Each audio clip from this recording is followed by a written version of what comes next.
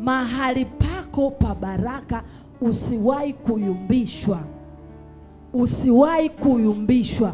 Kama tu umeona matokeo ya pale ulipo, haijalishi kwa hayo majira unapitia nini, amini tu ya kwamba situation unaopita utavuka. Haijalishi ni machozi na machozi yatakauka. Haijalishi ni kipindi kigumu kitaisha, na maisha yako yatakuwa ya amani, na maisha yako yatakuwa ya baraka, na maisha yako yatakuwa ya mafanikio.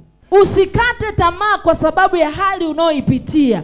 Usihubiriwe mabaya kwa sababu ya hali unaoipitia. Usihubiriwe vitu vibaya kwa sababu ya situation ulionayo. Amini ya kwamba Mungu aliyekusimamisha pale, Mungu aliyekuinua pale, Mungu aliyekuteua wewe katikati ya wengi atakuvusha. Haijalishi magumu yatakuwa magumu kiasi gani, ikiwa Mungu yupo, Mungu ambaye ana nguvu, Mungu mwenye mamlaka, Mungu anayebadilisha vipindi vya watu, hata wewe atabadilisha kipindi chako. Hata wewe atabadilisha majira yako. Hata wewe atabadilisha historia yako. Hata wewe atabadilisha familia yako. Hata wewe atabadilisha future yako.